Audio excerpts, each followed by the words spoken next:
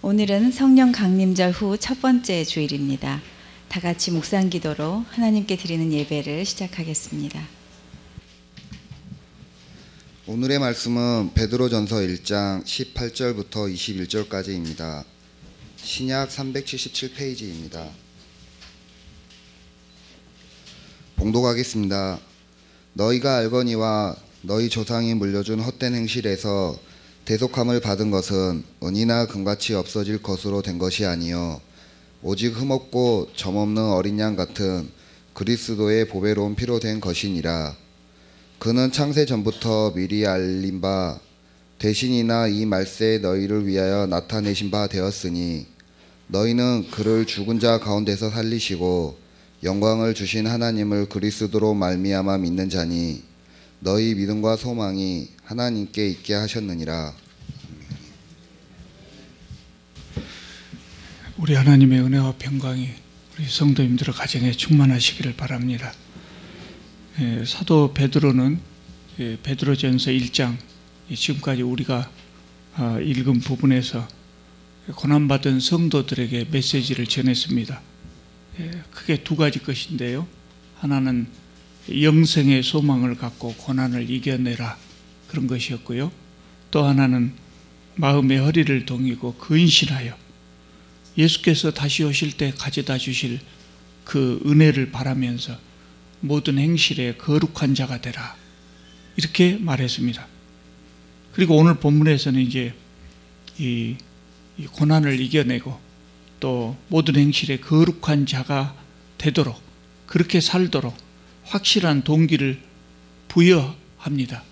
그 동기를 부여하는 방법은 우리가 받은 구원이 얼마나 귀한 것인가, 그거를 가르쳐 줍니다. 그래서 우리가 받은 구원이 그렇게 귀한 것이기 때문에 우리는 그렇게 살아야 된다. 모든 행실에 거룩한 자가 되고 또 영생의 소망을 가지고 고난을 이겨내야 한다. 이렇게 지금 이야기를 하고 있습니다. 18절을 한번 보겠습니다. 성경책을 보시면서요, 한 구절 한 구절 같이 보시면서 그렇게 말씀을 들으시기 바랍니다. 18절을 보면 너희가 알거니와 너희 조상이 물려준 헛된 행실에서 대속함을 받은 것은 은이나 금같이 없어질 것으로 된 것이 아니오라고 했습니다. 너희 조상이라고 했습니다. 여기서 너희는 베드로전서의 수신자들을 말하겠죠. 이 사람들은 유대인들보다 주로 이방인들이 많았습니다. 이 사람들은 조상들로부터 여러 가지 삶의 방식을 받았겠죠. 어느 민족들이나 조상들이 전해준 지혜로운 삶의 방식을 가지고 있습니다. 아무리 미개한 사람이라고 할지라도 조상들이 물려준 좋은 방식들을 가지고 있죠. 우리도 그렇습니다. 우리 조상들이 우리에게 전해준 것이 정말 지혜로운 것, 좋은 것이 많이 있지 않습니까? 그러나 이 베드로전서의 그 수신자들의 조상들이 전해준 것이나 또 우리 조상들이 전해준 것이나 그런 것들은 우리에게 구원의 방법을 가르쳐 주지 못했습니다. 왜냐하면 그분들은 예수 그리스도를 몰랐기 때문입니다. 그분들 나름대로 하나님을 찾기 위해서 열심히 노력했지요. 그러나 그들이 찾아서 우리에게 전해준 것은 하나님께 갈 수 있는 바른 길이 아니었습니다. 그래서 베드로는 그런 것들을 헛된 행실이라고 부르고 있습니다. 조상들이 못된 행동을 했다는 이야기가 아닙니다. 조상들의 방식으로는 하나님을 찾을 수 없었기 때문에 그들의 삶의 방식이 허망한 것이었다는 의미입니다. 그런 의미로 헛된 행실이라고 지금 표현을 한 겁니다. 그런 방식으로는 우리가 영생을 얻을 수가 없고 오히려 그런 방식으로는 미신과 우상 숭배를 할 수밖에 없기 때문입니다. 그래서 헛된 행실이라고 한 겁니다. 그 다음에 그 헛된 행실에서 대속함을 받았다 그랬습니다. 그 헛된 행실에서 죄사함을 받았다 이렇게 표현하지 않고 대속함이라고, 대속이라는 말을 사용한 것에도 특별한 의미가 있습니다. 전에 제가 고엘에 대해서 말씀드린 적이 있습니다. 이스라엘에만 있는 그 독특한 제도 고엘입니다. 이스라엘 사람들이 살다가 힘들어서 자기 땅을 어쩔 수 없이 팔아 넘기면 그때 가장 가까운 친척들이 그 땅을, 능력 있는 친척이 그 땅을 사주도록 했습니다. 그러니까 땅을 팔아먹은 사람을 대신해서 그 땅을 다시 사주는 그런 사람을 고엘이라고 합니다. 고엘. 그 말에서 유래된 것이 이 대속이라는 단어입니다. 죄사함을 받았다 표현하지 않고 대속함을 받았다 그랬습니다. 우리가 헛된 행실로 인하여 사탄의 종이 되었는데 그 종살이에서 해방되려면 몸값을 치러야 합니다. 근데 종이 무슨 돈이 있어서 몸값을 치르겠습니까? 그 돈이 있었다면 애초에 종이 되지도 않았겠지요. 그래서 누군가 다른 사람이 몸값을 치러줘야 합니다. 그래서 대속이라고 하는 겁니다. 누가 우리의 몸값을 치르셨습니까? 예수 그리스도께서 그러셨다는 겁니다. 무엇으로 몸값을 치르셨습니까? 옛날 사람들은 종을 살려주기 위해서, 종을 구원해주기 위해서 돈으로 그 값을 치르기도 하고 곡식으로 그 값을 치르기도 했습니다. 몸값을 치를 때 아무리 몸값이 비싸다고 해도 옛날에 은이나 금으로 몸값을 치른다면 해결 못할 것이 없었습니다. 우리 한국 사람들 요새 우리 스스로 얼마나 잘 사는지를 잘 모릅니다. 그냥 살고, 어른들은, 나이 많은 사람들은 옛날에 못 살던 시절을 기억하기 때문에 너무나 세상이 좋아졌다 이렇게 생각하지요. 그런데 그러면서도 다른 나라도 다 그런가 이렇게 생각합니다. 우리 참 잘 살게 됐거든요. 그래서 은반지 금반지 하나 사는 거 그렇게 부담 없이, 많은 사람들이 그렇게 부담 없이 삽니다. 아직도 부담을 느끼시는 분들이 있을 수는 있지만, 그러나 여전히요 은이나 금이 굉장히 귀하게 여겨지는 나라들이 아직도 많이 있습니다. 그 옛날에는 더 말할 것도 없었어요. 보통 사람들이 은반지 금반지를 끼고 다니기 어려웠던 때지요. 그래서 아무리 몸값이 높은 사람이라고 할지라도 그 종을 구원해내는데 은이나 금이면 해결을 못할 일이 없었다고 말입니다. 그런데 우리의 몸값, 예수께서 치르신 우리의 몸값은 은이나 금 정도가 아니라 그래요. 훨씬 귀한 것이라. 훨씬 귀한 것. 은이나 금은 변하지 않기 때문에 귀한 것이라고 하지 않습니까? 그러나 그것조차도 오랜 세월이 지나가면 없어지지요. 그래서 우리 몸값은 없어질이라고 번역되어 있는 우리 성경은 썩어질 이렇게도 번역할 수 있다고 되어 있죠. 그래서 그런 것보다 훨씬 귀한 것으로 값을 치르셨다는 거예요. 그 19절에 나오죠. 오직 흠없고 점없는 어린 양 같은 그리스도의 보배로운 피로 된 것이니라 그랬습니다. 예수 그리스도의 보배로운 피가 우리의 몸값이었습니다. 우리가 예수 그리스도의 보배로운 피로 몸값을 치르고 죄의 종에서 해방된 것입니다. 하나님의 아들의 몸값입니다. 왜 피라고 표현을 합니까? 우리가 전에 레위기에서 살펴봤죠. 예수께서 오시기 전에 구약시대 사람들은 죄를 지으면 깨끗한 흠이 없는 양을 골라서 그 양을 제물로 드렸습니다. 그리고 죄사함을 받았습니다. 그러니까 죄사함을 받기 위하여 양이 피를 흘렸다고, 피를 흘려야만 한 것이죠. 그래서 핍니다. 예수께서 죄사함을 위한 어린 양이 되셨다는 겁니다. 흠없고 점없는 예수 그리스도 피는 세상의 은이나 금과 비교할 수 없이, 말할 수 없이 귀한 것 아니겠습니까? 그래서 보배로운 피라고 베드로는 표현했습니다. 여러분, 우리가 이렇게 귀한 것으로 구원을 받았다고 하는 데는 특별한 의미가 있습니다. 이렇게 귀한 것으로 우리가 구원을 받았다. 사도 베드로가 그 표현한 것은 특별한 의미가 있습니다. 첫째로 구원이 확실하다는 겁니다. 이렇게 비싼 것을 대가로 치렀다는 것은 우리 구원이 확실하다는 겁니다. 진짜는 비쌉니다. 진짜는 비쌉니다. 가짜는 싸지요. 진짜는 비쌉니다. 우리의 구원이 진짜라고 하는 것을 강조하기 위해서 우리는 은이나 금같이 없어질 것으로 구원된 것이 아니고 그보다 훨씬 더 값진 하나님의 아들의 목숨값으로 구원되었다. 그렇게 표현한 겁니다. 요새 광주에서 30평짜리 새 아파트가 하면 3억 정도 한다고 그럽니다. 그런데 어떤 사람이 급하게 아파트를, 돈이 필요해서 급하게 아파트를 팔아야 되겠다 그럽니다. 그럴 때 한 2억 5천이나 6천 정도 이렇게 내놓으면 싸게 내놓는구나 그럽니다. 그렇게 생각합니다. 그래서 그것은 사도 됩니다. 그런데 돈이 그보다고 3억짜리 아파트를 30만 원에 팔겠다 그러면 덜컥 사면 안 됩니다. 그 문제가 있을 수 있습니다. 진짜는 비쌉니다. 여러분, 천국행 티켓을 그 값이 얼마나 할까요? 어마어마할 겁니다. 어마어마할 겁니다. 아까 말씀드린 대로 그 어마어마하다는 표현, 요새 같으면 수십억 수백억 이렇게 표현할 것을 옛날에는 뭐라고 표현했겠어요? 은이나 금으로 표현한 겁니다. 그런데 그것 갖고도 안 된다. 그것 갖고도 안 돼. 그래서 하나님의 아들의 목숨값으로 우리 대가를 치렀다는 거예요. 그래서 이게 진짜라는 거예요. 그래서 베드로는 우리에게 확신을 주기 위해서 그런 표현을 한 겁니다. 또 비싼 것으로 구원받았다고 하는 것, 또 두 번째로 어떤 의미가 있냐면 우리가 이 구원을 정말 소중히 여겨야 한다는 겁니다. 한두 푼 주고 산 것이 아니라는 거예요. 그러니까 정말 이것을 우리가 소중히 여겨야 된다는 거예요.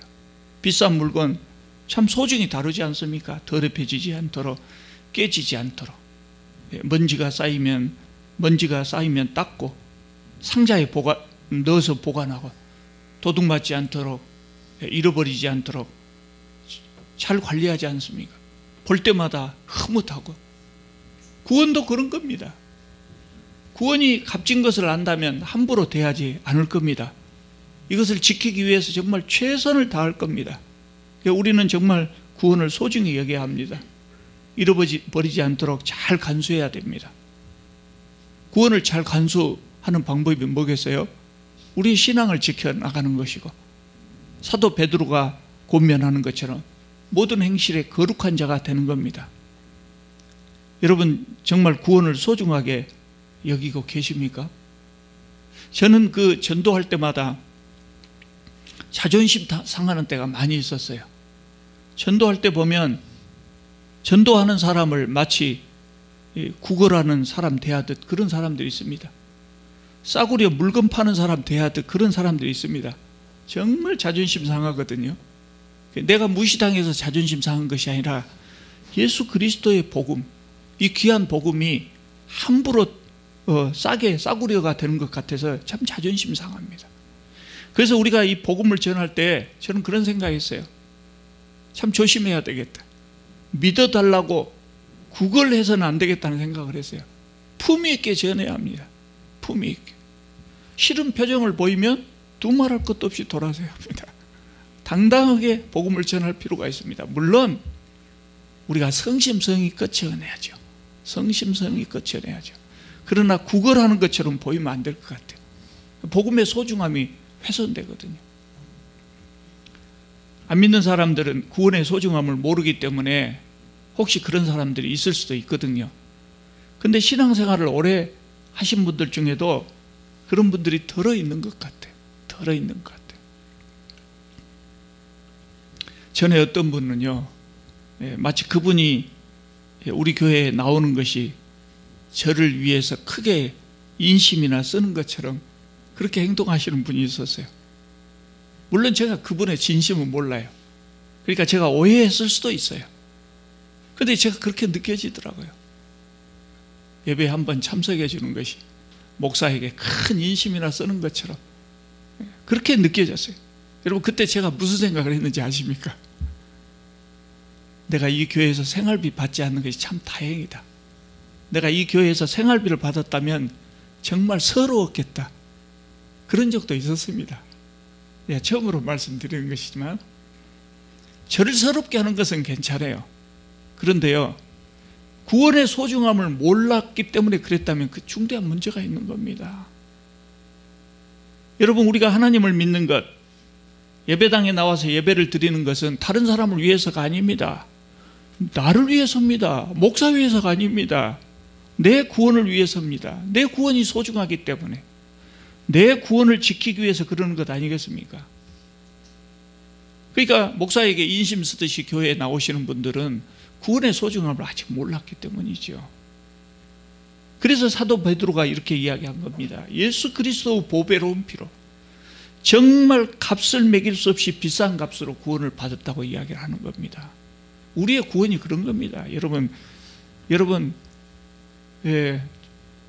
고급 아파트를 갖지 못해서 서운하신, 고급 승용차를 갖지 못해서 서운하실 필요가 없어요. 우리는 정말 귀한 것, 은이나 금으로 따질 수 없이 귀한 것을 우리는 가지고 있다는 거예요. 사도 베드로는 구원이 정말 귀한 것이라고 하는 그 사실을 알려주기 위해서 20절을 보면 또 이렇게 말합니다. 그는 창세전부터 미리 알림 바 되신 이나 이 말세에 너희를 위하여 나타내신 바 되었으니, 이렇게 말합니다. 이게 무슨 의미입니까? 구원이라는 것은 값으로 따질 때는 은이나 금보다 비싸고, 시간적으로 볼 때도 말할 수 없이 오래전부터 준비해온 것이라는 의미입니다. 하나님께서 세상을 통치하시다 보니 세상이 통제불능이 되어갖고 어쩔 수 없이 이런 방법을 사용하신 것이다. 그게 아니라는 겁니다. 그게 아니고 창세 이전부터 이걸 준비해 오신 그런 방법이라는 겁니다. 구원은 그렇게 귀한 것입니다. 그리고 사도 베드로는 22절부터 다시 우리 삶에 대해서 교훈합니다. 우리가 그런 구원을 소유한 사람이니까 어떻게 살아야 되느냐. 22절을 보면은요, 너희가 진리를 순종함으로 너희 영혼을 깨끗하게 하여 거짓이 없이 형제를 사랑하기에 이르렀으니 마음으로 뜨겁게 서로 사랑하라. 이렇게 말하고 있습니다. 신앙인에게 사랑하라는 교훈은 너무나 당연한 것 아니겠습니까? 근데 21절을 보겠습니다. 제가 21절을 건너뛰었는데요. 21절을 보면 너희는 그를 죽은 자 가운데서 살리시고 영광을 주신 하나님을 그리스도로 말미암아 믿는 자니 너희 믿음과 소망이 하나님께 있게 하셨느니라 그랬습니다. 그래서 21절에서 믿음과 소망을 언급한 다음에 22절에서 서로 사랑하라 이렇게 말씀하고 있습니다. 하나님을 믿는 사람, 미래에 대한 소망을 하나님께 둔 사람, 믿음과 소망을 가진 사람, 그런 사람들은 형제를 사랑할 수밖에 없는 것입니다. 믿음과 소망을 가졌다. 그건 뭡니까? 값비싼 구원의 은총을 가진 사람들, 그런 사람들은 서로 사랑할 수밖에 없다는 겁니다.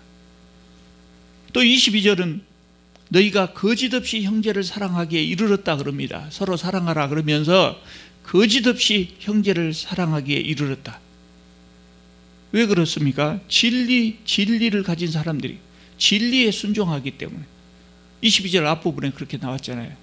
너희가 진리를 순종함으로 너희 영혼을 깨끗하게 하여 거짓이 없이 형제를 사랑하기에 이르렀다. 진리에 속한 사람은 그 안에 거짓이 있을 수가 없습니다. 그렇기 때문에 거짓으로 형제를 사랑하지 않는다는 겁니다. 여러분, 제가 10년 넘게 목회해 오면서 새삼스럽게 느낀 것이 뭐냐. 전에는 이렇게 말로만 듣고 눈으로 책을 읽을 때 그런갑다 그랬는데요. 정말 실감하는 것이 교회는 공동체가 돼야 한다. 교회는 공동체가 돼야 한다. 더 쉬운 말로 표현하자면 가족이 돼야 합니다.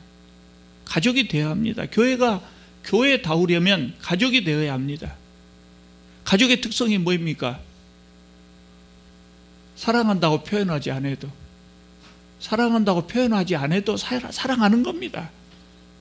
아빠 사랑합니다. 엄마 사랑합니다. 요새는 그렇게 표현도 잘 없디다만 우리 때는 아버지 어머니한테 평생 그런 말도 못 해봤습니다. 우리 때는 대부분 아내나 남편에게도 사랑한다는 말도 못 했죠. 그러면 사랑 안 하는 겁니까? 그래도 사랑하거든요. 가족이기 때문에.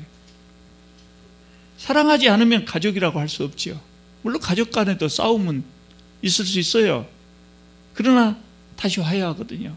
화가 났을 때는 소리를 지르기도 하고 그러지만 시간이 지나면 누가 먼저라고 할 것도 없이 자연스럽게 화해가 됩니다. 이것이 가족 아니겠습니까? 가족은 거짓으로 사랑하지 않아요. 사랑하는 척 하지 않아요. 가족은 그냥 사랑해요. 그렇기 때문에 교회가 가족처럼 사랑하지 않는다면 그것은 정말 좋은 교회라고 할 수 없지요. 그럼에도 불구하고 안타까운 것은 거짓 없이 진심으로 사랑하는 교회가 이 세상에 별로 없다는 거예요. 거짓으로 사랑한다고 하는 것은 겉으로만 사랑하는 척 하는 것이죠. 왜냐하면 진리가 그 속에 있지 않기 때문에, 구원의 소중함을 잘 모르기 때문에 그런 겁니다. 구원의 소중함을 잘 모르기 때문에. 정확하게 말하자면 구원의 소중함을 모른다기보다 가슴으로 절절하게 느끼지 못하기 때문이죠. 구원의 소중함을 느끼면 내 옆에 앉아있는 사람이 소중합니다. 거짓으로 사랑할 수가 없습니다. 사도 베드로가 이 서신을 보냈을 때 그 서신을 읽었던 초대교회 성도들은요, 정말 사랑했거든요. 함께 신앙생활 한 사람들을 정말 사랑했거든요. 그럴 수밖에 없었어요, 사실 그때는. 왜냐하면 교회 밖에 교회를 해치려고 하는 적들이 너무나 많았기 때문에 서로 단합하고 아껴주고 먹을 것이 없어도 같이 나눠 먹고 정말 사랑했거든요. 여러분, 우리도 그래야 됩니다. 늘 그래야 된다고 하는 것을 아는데 잘 안 되지요. 서운하고 뭐라고 말 한마디 하면 상처받고 뭐 그럴 수가 있어? 그런 생각을 우리 많이 하죠. 우리가 형제 자매를 사랑하려면 먼저 우리 마음속에 떠오르는 나쁜 생각, 형제에 대한 나쁜 생각, 서운한 생각, 이런 것을 버려야 될 것 같아요. 거짓 없이 사랑하려면 나쁜 생각, 서운한 생각, 또 나쁜 추측이나 나쁜 선입관이나 이런 거 버려야 돼요. 저 사람 분명히 나한테 대해서 나쁜 생각을 가지고 있다, 이렇게 100% 확신이 가더라도 그럴 리가 없다, 뭔가 내가 잘못 생각했겠지, 그런 생각을 해야 됩니다. 어떤 경우라도 좋게 생각해 줘야 됩니다. 우리가 이렇게 같이 신앙생활 하다 보면 부딪히지 않을 수가 없죠. 부딪힐 거 있을 수가 있고 서운한 거 생기지 않을 수가 없죠. 그런데 그것을 다 좋게만 생각해 줘야 됩니다. 좋게만 생각해. 내가 좋게 생각해 주면 상대방도 나를 좋게 생각해 줍니다. 내가 사랑하면 상대방도 나를 사랑하게 되어 있습니다. 그것이 가족이라는 겁니다. 그것이 교회라는 겁니다. 그것이 구원받은 성도들, 구원을 소중하게 여기는 사람들은 그럴 수밖에 없다는 겁니다. 저의 이야기가 아니라 오늘 본문의 말씀이 그렇습니다. 23절을 보면요, 사도 베드로는 다시 한번 강조합니다. 우리 구원이 얼마나 귀한 것인가 다시 한번 강조합니다. 너희가 거듭난 것은 썩어질 씨로 된 것이 아니요 썩지 아니할 씨로 된 것이니 살아있고 항상 있는 하나님의 말씀으로 되었느니라. 농부가 뿌린 씨가 땅에 습기가 너무 많아서 썩어버리면 싹이 날 수가 없죠. 씨 뿌리는 자의 비유에 보면 거기서 씨가 뭡니까? 하나님의 말씀입니다. 그러니까 여기서 썩어질 씨는 세상의 교훈을 의미합니다. 사람들이 만든 교훈입니다. 사람들이 만든 교훈은 썩어질 씨라고 표현한 이유가 뭐냐면, 사람이 만든 진리는요, 시간이 지나면 없어집니다. 진리가 아니라는 거예요. 해가 동쪽에서 뜹니다. 우리는 그 진리로 알고 있습니다. 그런데 해가 동쪽에서 떠서 서쪽으로 진다고 하는 그것마저도 영원한 진리가 될 수는 없습니다. 그렇잖아요. 해가 사라져버리면 그런 일이 있을 수도 없고, 지구가 사라져버리면 그런 일이 있을 수도 없어요. 하나님의 말씀은 영원 불변입니다. 우리는 그 말씀으로 거듭났다는 겁니다. 그 말씀에 의해서. 그렇기 때문에 우리의 구원은 확실한 것이라는 의미입니다. 여러분, 우리는 흠없고 점없는 우리 그리스도의 보배로운 피로 대속함을 받았습니다. 우리는 살아있고 항상 있는 하나님의 말씀으로 거듭났습니다. 그러므로 우리는 이 말씀을 따라서 거짓 없이 형제 사랑을 하면서 그렇게 살 수 있기를 바랍니다. 기도하겠습니다. 거룩하시고 자비로우신 우리 하나님, 참으로 주님의 그 놀라우신 은혜와 사랑으로 독생자 예수 그리스도의 보배로운 피로 구원을 얻게 하신 것을 참으로 감사드립니다. 주님, 우리가 이 귀한 것을 받았으니 정말 소중히 여기고 잘 간수하고 주님 다시 오시는 그날 주님을 기쁘게 맞이할 수 있게 하여 주시옵소서. 모든 행실에 참 구원의 소중함을 아는 사람들로서 모든 행실에 거룩한 자들이 되게 하여 주시옵소서. 예수님의 이름으로 기도하옵나이다. 아멘.